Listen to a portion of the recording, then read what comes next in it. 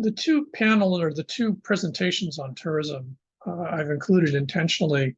These are actually from the geography classes, but I've included these intentionally because tourism, especially here in Hawaii, is such an absolutely critical function. And most people have very little concept of what tourism actually is. It's sort of interesting that even post-COVID and all the concern about lack of tourism and regrowth of the tourism industry, there's actually been very little thought given to the many of the impacts of tourism, though there was a huge amount of discussion going on while tourism was shut down pretty much in terms of how things were different. But the minute that tourism became viable again, those discussions pretty much vanished. And this is not just a Hawaii thing. This is one of the most striking aspects of tourism is it's if you go and you search, you're going to find that there's very little study done by academics outside of geography and maybe some economists. But even economists tend to take a very simplistic view of tourism. Now you certainly see that with economists that do analyses here in Hawaii. And so one of the key things that's really important to understand is we've got to go spend a little time going through tourism, because one of the key factors that's really important to understand is that tourism is entirely based on stereotypes. So therefore, tourism is entirely based on symbols. There's basically, I think almost no functionality in tourism.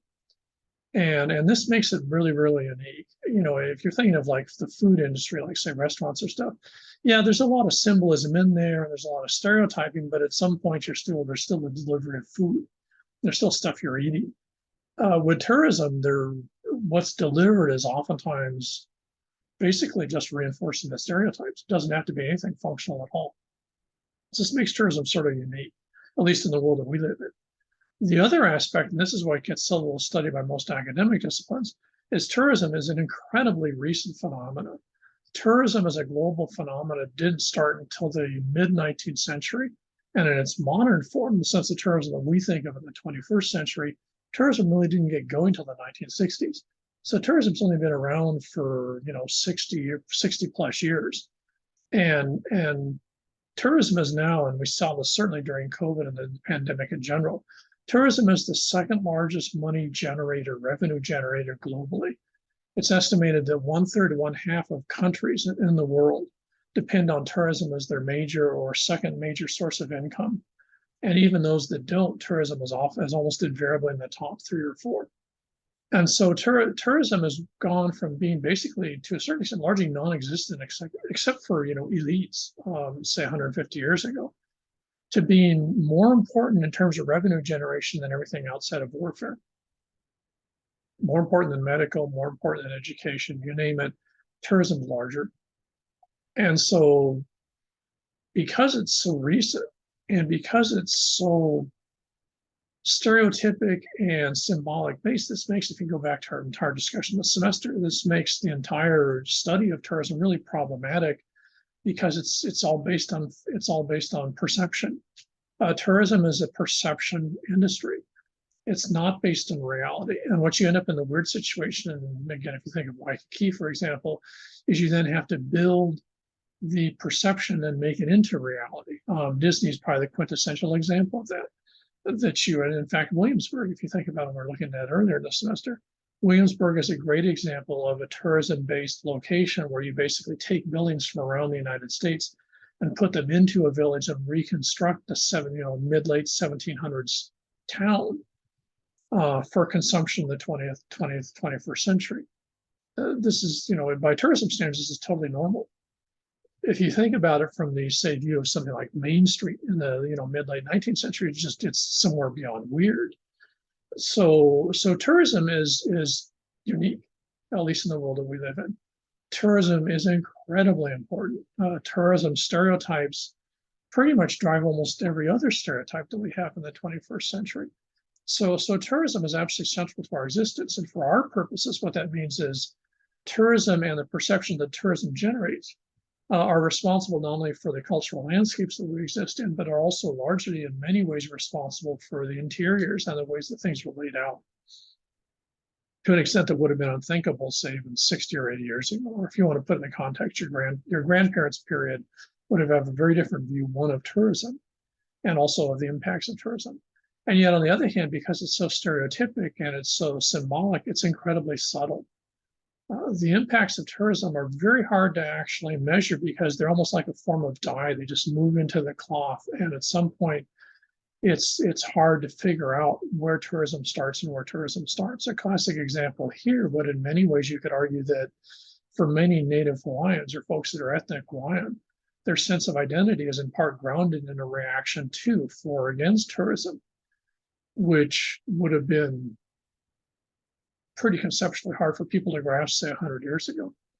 So tourism is what it is, and that's why we got these panels here. So I'm not going to go through all of them in detail. They're just sort of points for you to start on. The really key one, and this is a huge thing when you think of interior design as a discipline, is that tourism is entirely based on discretionary income, and this I would argue is largely also true of interior design. I don't know of a single situation I can think of where interior designers were brought into a project because someone needed the basics, necessities of life in a residence. They were brought in because things needed to upscale or someone wanted to do something. So it was the same income. And one of the fascinating aspects of tourism from our standpoint would be is someone could go to Paris for 2 weeks or stay in Paris for a month, or they could have their living room remodeled. But it's both going to be this discretionary income. This is a hugely important concept. This is why tourism doesn't start up till the mid-late 19th century. It wasn't until the mid-late 19th century that people had, especially in the middle class, had discretionary income. And of course, discretionary income can be defined as money that you can spend that doesn't impact your basic survival needs. So if you think of shelter and food and whatever, clothing, maybe whatever it might be, as your minimal needs to survive on, discretionary income is the money that you have left after paying for those things. Now, I'm not talking about paying like for $2,000 for a pair of shoes, something like that, but just basic things for your feet. So many things that are seen as necessities actually fall into the discretionary income. What you choose to buy, for example, say a top grain steak instead of hamburger. Both are beef, both probably have pretty much the same nutritional impact, but the high-end steak, which is probably 4 to 6 times more expensive than the hamburger, would fall into the category of discretionary income. You're spending money that you can spend on whatever you want to, basically, and you've decided that that's what you want to spend it on. So discretion, which is basically your choice, if you think of it that way. Discretionary income is the basis of tourism. Without discretionary income, tourism doesn't exist. And so people have to have money that they want to spend on going someplace. And they have to, most importantly, they have to feel they have that money to spend going someplace. Now, they might have the money, but if for some reason, say they were part of one of these banks that just went under, and they're absolutely panicked that their money's going to disappear, they're not sure if things are going to be stable, then they might actually have the money available, but they don't feel that they dare spend it because of fears that they have. So at that point, that income isn't discretionary. So discretionary is money that you think you can spend. And so if you think about it, almost all, at least here in Hawaii, at least in the United States and most of Europe that I can think of, almost all of the folks involved in interior design are tapping into this discretionary income on the basis of their clients. And in this way, the client's choosing to hire an interior designer or go on a trip somewhere or take a cruise somewhere or something, but it's all the same pool of money. Do you redo your kitchen or you buy a brand new Mercedes? All of those are part of discretionary income. And this is a very, very recent phenomenon. And again, it's an incredibly difficult phenomenon to track. Economists like to talk about it, but they generally don't know what they're doing because discretionary income, of course, is entirely perceptually based. It's perceptually based in terms of whether you have funny money income.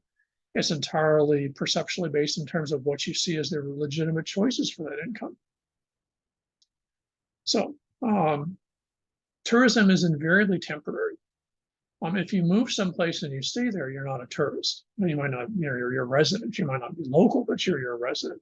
Tourism is temporary. It has this very specific start and a finish to it. If you want to, we usually call this in geography bracketed time. It's not surprising that geographers are the folks that study tourism the most, because tourism involves basically the consumption of stereotyped cultural landscapes.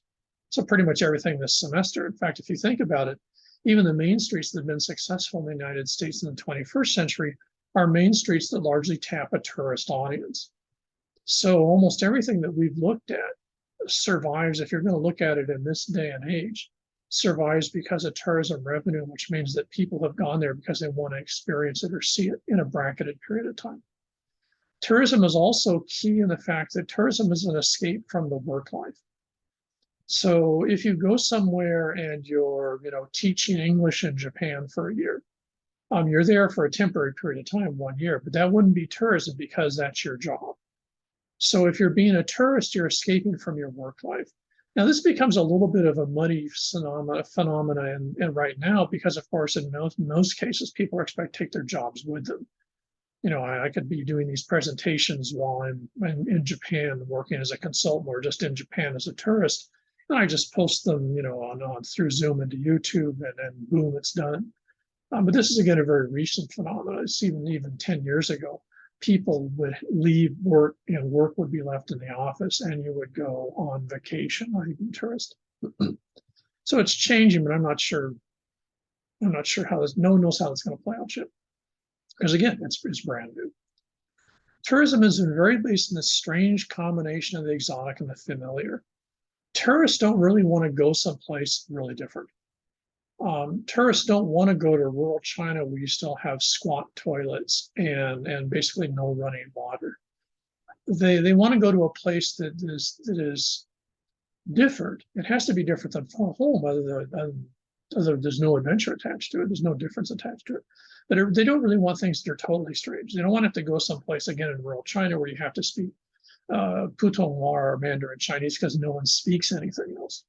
You don't want that much exotic. You're not going to find a lot of tourists doing that. So tourists want to go someplace that's strange and exotic, but they also want this place to be familiar. And we've sort of seen this during the semester in a lot of the stuff, especially when you're looking at Hawaii. But this is why, my class example that I always give, if you go to one of those luau's that they still have, you'd find that one of the very popular dishes is teriyaki chicken pineapple. And if you watch the tourists, they'll just absolutely hammer that buffet plate. They won't be hitting the poi because the poi is too different. The poi is strange in the sense of strange. It's funny. In fact, if you go to most of the luau's, they'll provide little sort of pill cups so that tourists can taste a little bit of the poi, but they don't have to, take a big bit of it just to throw it away. On the other hand, teriyaki chicken with pineapple is perfect for tourists.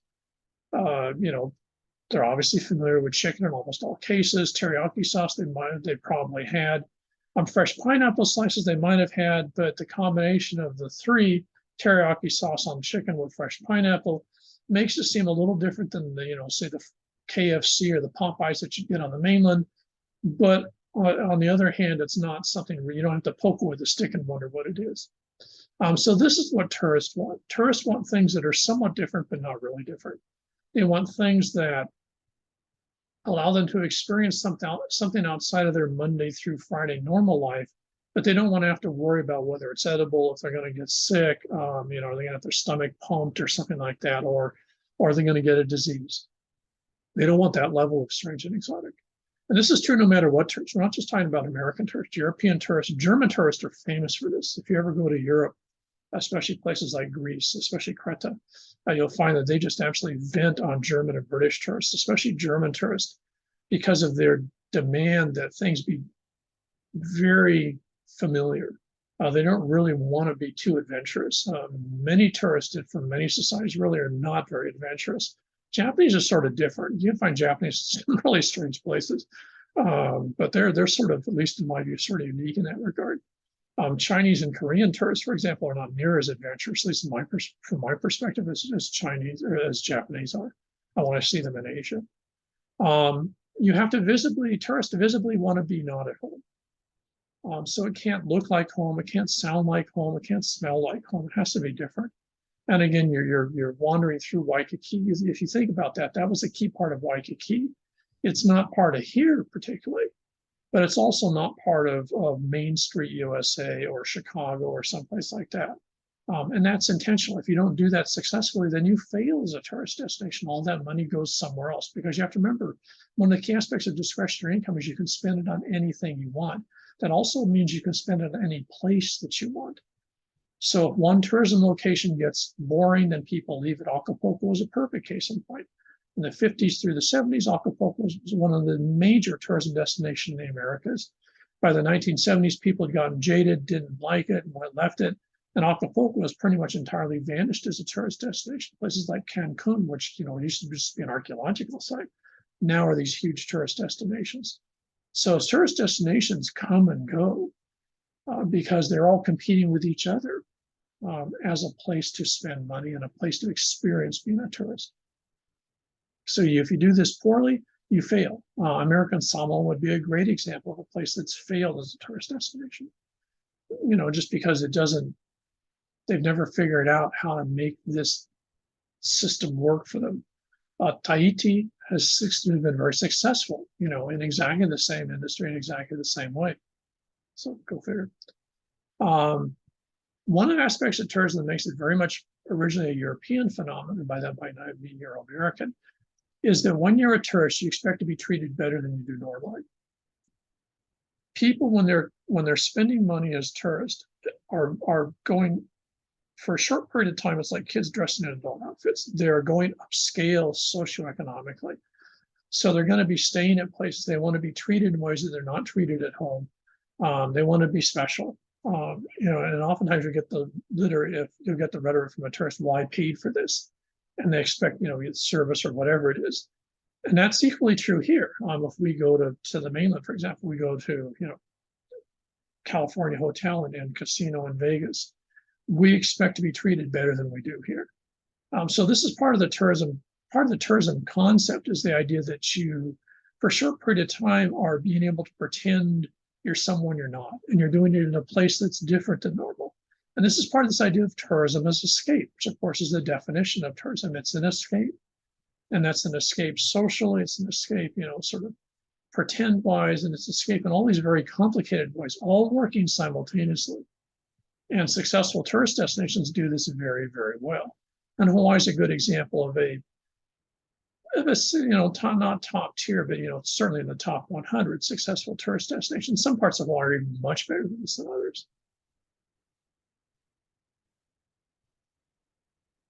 Most of this is, again, pretty straightforward. One of the fascinating aspects of tourism is it's both social, in the sense that tourists tend to be, at least temporarily, in many cases, pretty gregarious, if they're not originally. And again, this is especially from societies where people generally be very, very non-gregarious. Tourists can oftentimes be much more social than they would be normally because there's no consequences. There's the famous T-shirt that you can buy in Vegas that you always see here. What happens in Vegas stays in Vegas. That's pretty much true of tourism any place. Tourists get really bothered if they bump into people from home. They might be slightly entertained, but it's really interesting to see that happen almost invariably very quickly veer off in the other direction. Tourists don't want to be reminded that they're around people that know who they are, so that their actions, the way they behave, what they spend money on, all this stuff can actually go back and be seen and discussed by people back home. They want to be strangers. And that also means that you don't follow the same normative rules. And this is why people, when they're tourists, tend to act much more like idiots than they do, one would hope, back home. Because again, tourism means that you don't have to be concerned about your behavior because there's no long-term consequence of it. And they also, very importantly, tourists want to be able to in total control of what they do and how they do and when they do it. So tourists, this is why when you try to educate tourists, it's a total disaster and a total waste of time, because tourists aren't into being educated. Tourists from here that go to the mainland aren't interested in the Native American experience in Nevada.